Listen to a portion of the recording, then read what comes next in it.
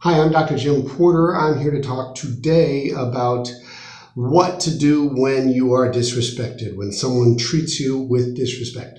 I will start with a quick story, and then that will launch me right into what I think a way of thinking about it is. So I was coming out of the gym. There were double doors. I was going to my double door on the right, coming out, and another person was coming in on the inside from the double doors. Behind him it was a male, behind him about 12 feet or 12 yards behind him was a woman. And I decided that I would take advantage of the situation to be polite, and I would open the door that I was going to exit and allow him to come in through that one. He said no thank you, and he opened his own door, and I noticed the woman behind him, and so we both had our doors open. I decided to keep holding my door for him or for her. It seemed strange to close the door at that time, but he said, oh, no, you don't have to do that. You don't have to do that. And then he said, don't. And I was fine with closing the door. About 10 steps beyond that, toward my car, I said to myself, ooh, that burned. Can't believe he told me don't twice in public and all of that. And I can't believe I put up with it. Then immediately came a thought into my head. Just because someone disrespects you does not mean you have been put down. Just because someone disrespects you doesn't mean you are disrespected. That's exactly what I told myself, that last phrase. Just because someone disrespects you doesn't mean you're disrespected. And what I mean by that, because I know they're actually synonymous. I know that does not make any sense. But for my heart and my head, that cleared things up immediately, and I went and moved on and also decided to make this part of this week's video. So what that meant to me was when someone disrespects me, that's their behavior. I don't know why they're doing it. I don't know anything about it. But this guy was a stranger, and I thought, well, that doesn't mean that I was hurt or touched or lowered or brought down in anybody's eyes by that. And so I said to myself, that means I don't really know if I was disrespected.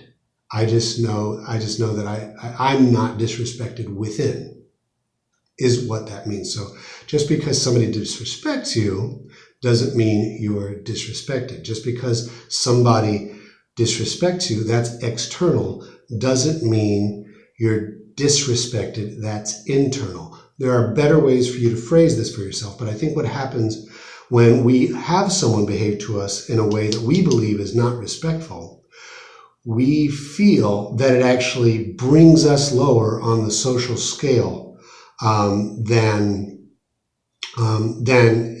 whether it is or not. Now, there are concepts of this regarding social standing. There's something called status anxiety, which I also like to use words like status threat, stigma threat, or stigma anxiety. And this comes from our old neurology that is still there with us, that is wonderful and needs to be there, because our social standing does matter for humans. It does matter. However, we do way too much with it because our new brain knows that there may not be any harm. You know, you're getting picked on by somebody you consider a jerk at school, and you feel humiliated in front of everybody around you. You may not have any clue, you really don't know what's going on in their heads, regardless of what they're doing, because some of them will be reacting in a way that makes it seem like they dislike you, they disdain you, that they agree with the person picking on you. But a lot of times they're doing that out of their very own status threat, because they're so afraid they don't want to be the next victim. So that's one reason I'm trying to tell you to start to question what message you're telling inside of yourself when someone treats you with disrespect. Because you'll be able to not react as much to that status threat, that stigma threat, that status anxiety, that stigma anxiety, that fear. This is part of the cultures of honor. So we feel our honor has been impugned and that we must do something about it. Now, in some cultures of honor, that means looking very brave and putting on a face and challenging someone to a duel or a fight or insulting them back or whatever. But we do anything that a person might do in an anxious situation. We might play along, we might people please, we might join in, we might run off, we might get angry, we might freeze, that kind of thing. All those things can happen when you're feeling this. But we can also ruminate about it for a long time. And imagine what kind of day I would have had if I let this distract me for a long time.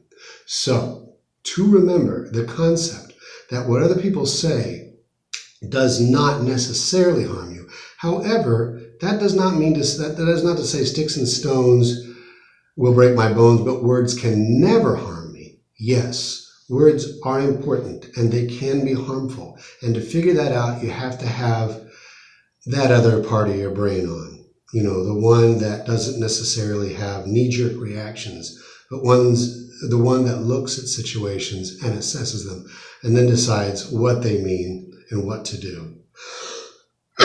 Excuse me. So one of the worst problems is that if we don't guard against this, we might just ingest it as a self-worth issue. I'm lesser than that gentleman who was at the door. He's tougher than me. He's stronger than me. He's more assertive than me. What I realized was I had no idea what was going on in that gentleman's head. He might have been talking to her. He might have been being really, really nice from his point of view. He might have been socially clueless. I might have been socially clueless. But all I know is that when I stopped, I realized this was just an unimportant interaction with some very probably wonderful people, maybe not wonderful people, but that was not for me to assess in that moment. There wasn't enough information to decide what was going on in that situation. So if you have self-worth issues, you might want to start to realize that there are moments when you can say, I don't know if the way this person is treating me really means anything. Now, I'm not saying don't trust your feelings when they come up. I'm saying don't necessarily believe what your feelings are telling you. Pause, get the feeling. Don't let the inner messaging convince you of your reality. Pause, get the feeling, tell yourself you do not know exactly how important this situation is, and then allow yourself to think from a different perspective. This will take practice. I've been doing a lot of practice. My mind and my emotional state changed immediately once that occurred to me, that this interaction may have no meaning for me at all.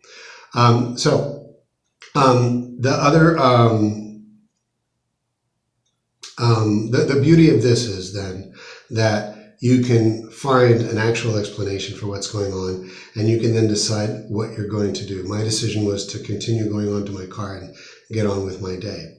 I already told you there's an old brain and a new brain going on here. The old brain is not redundant, it's not obsolete. And the new brain is not all there is to life. Your old brain and your new brain are equally valid, and they have as much of a part in your life, and they will continue to. But I want to say that this part of your old brain can take over, because the concept of being socially maligned and socially ostracized is, to this day, one of the scariest things that can happen to a person. We can also be socially targeted, socially people who pay too much attention and go after us. But it appears that the biggest threat is being outside of the group. And one of the bigger threats, and for example, people stay in relationships that are physically and emotionally abusive. And that is because it can be much, much more terrifying to imagine being out on your own completely with no one paying attention to you. Now, I would say this starts when we're babies, and it kind of does. We do need to be 100% loved as much as possible, and we've got nothing more to offer for it except for ourselves when we're babies.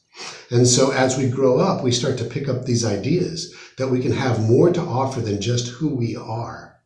And so we start doing a lot of massaging of our social situation by being more, by getting a better job, trying to make more money, or pretending we have money and status by wasting our money and time on things that make us look like we have social status.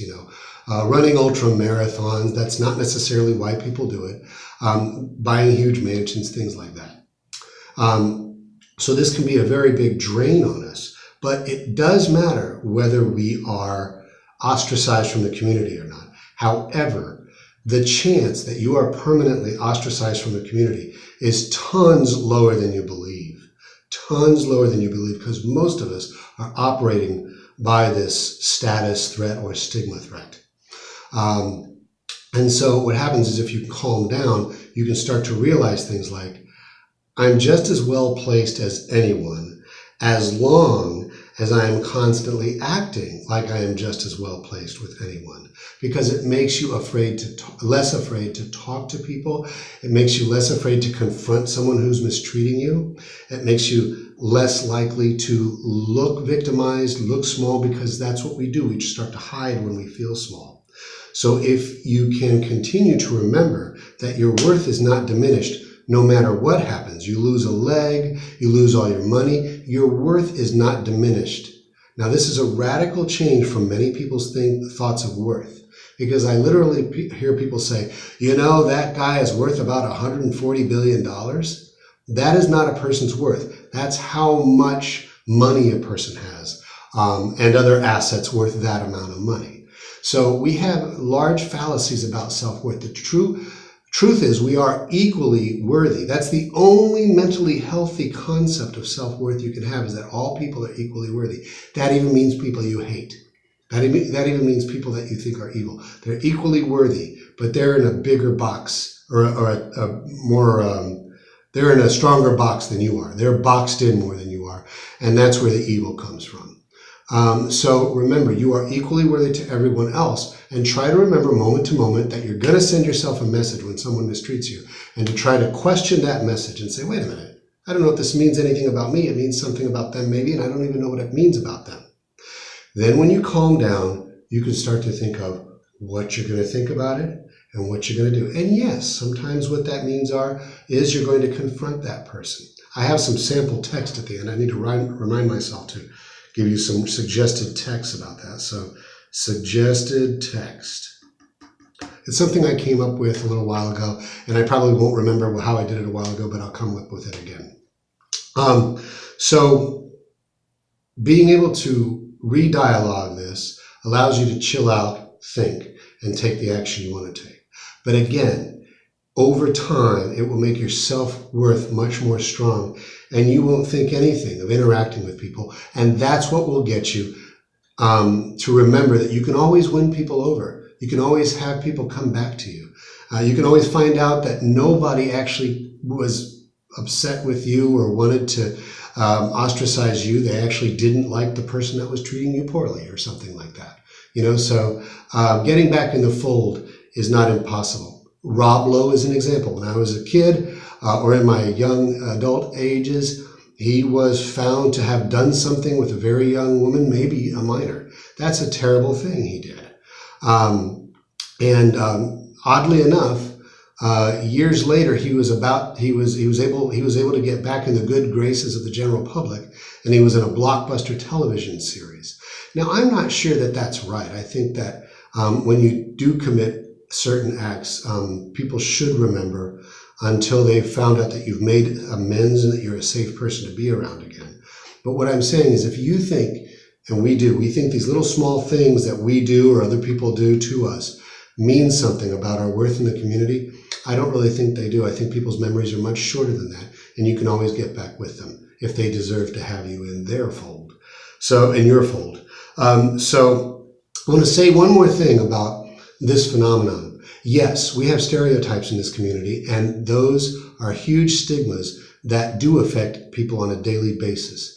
However, how it affects them inside is almost as important as how it affects the way resources are pulled from them and people do ostracize them and that sort of thing. I happen to look like a white male, so I haven't experienced much of this in my life. However, there is a gentleman named Claude Steele who was a researcher on the concept of stereotype threat. I may have mentioned this in the past video. And what happens is those of us, or those people who perceive themselves to be a member of a minority group where there are stereotypes about them, were shown to score lower on some kinds of tests than people that were in the majority group. You know, females seem to test lower than males. People of certain ethnicities were shown to test lower than people in other ethnicities. Well, Claude Steele found out that that was just an emotional trick being played. Because what happens when you get all these emotions of status threat, status anxiety, stigma threat, stigma anxiety, and in this case, stereotype threat, is that your mind starts being filled with noise and you can't take a test. Now, one thing that provokes people in certain minority groups is a test, because unfortunately, there had been some phony literature out there, including the book, The Bell Curve, a very racist book, which helped convince America further that, yes, certain people are inferior and you can tell by their tests. So when a person sits down to a test and they look at it and say, I've got a lot to prove here, they probably think I'm stupid because I'm black or because I'm Puerto Rican. I'm Puerto Rican, by the way, but, or because I'm a woman. Or even someone who's Asian may feel like they have something to prove because a lot of people believe a stereotype that Asians are smarter. What it turns out is that when you eliminate that threat, those people who are affected by that threat perform equally to the group that used to be considered on top. So there are no racial or ethnic or gender differences in testing results that are based on their gender, their ethnicity, or whatever. It's based on that threat in their mind. What he was able to do is to say, hi, this is a little test we've got here, and what we're going to do is going to give it to all of you students, and we're going to see if this test is any good. We're going to crunch the numbers and to see if this is a valid test on mathematics or intelligence or whatever. But you guys are going to help us make this test better. Thank you very much. Or they would tell the group of people, and it would be people of different races and ethnicities, but they had randomly assigned them to two different groups. The other group got the message that, hey, this is a pretty important test. It can tell you, and then they would prime race or gender in some way. Maybe just by having, just before that, done a little lecture on gender differences or on race differences. Or they might have said, this is a very important test. We're doing it to see how people differ based on certain demographic data. Boom! That's enough to get people's stereotype threat wheel spinning. So that did happen, and that did show that the first group, they had the same exact scores on average as everybody else in the other group. And the second group, their scores were lowered by that threat. So that was Claude Steele that determined that. Look him up and look up stereotype threat. So here's some suggested text for whenever you are dishonored in public or in private, and you do want to address it with someone. You can't make assumptions about what's inside their mind. They might just be a social klutz. So you might say, hey, just a second ago, as you were saying what you were saying to me, you could say this in front of a whole crowd, even if you're being bullied by some weirdo in it. You can look at him directly in the eye if you are capable of doing this. This is not something to go out and just try and feel like a failure if you fail. This is just sample text that I came up with. This is called a nice confrontation. Hey, I noticed that you worded things there in a way that I think most people would believe is disrespectful. Now, I don't know what's going on there because I know I am just as worthy of respect as anybody else is. And I felt a little hurt there, to tell the truth. And then I realized I don't know what's going on. So the fact that I am no lower than you or anybody on the platform and I deserve to be treated differently than that, I imagine maybe you didn't know how you were talking. So I'd like to ask you a little bit about that. What do you think was going on there? Now, you just did all the right things. You did what's called a reasonable confrontation, principled confrontation, and that person may or may not react the way you want them to. But again, in no way does that bear upon you. You are allowed to confront people. You are allowed to choose to confront people. You don't have to use my sample text here. But remember, that is best done once you have gotten out of knee-jerk automatic reaction zone and told yourself that their words have nothing to do with you, have nothing to do with you, and that you are equally worthy to every human being. Thank you.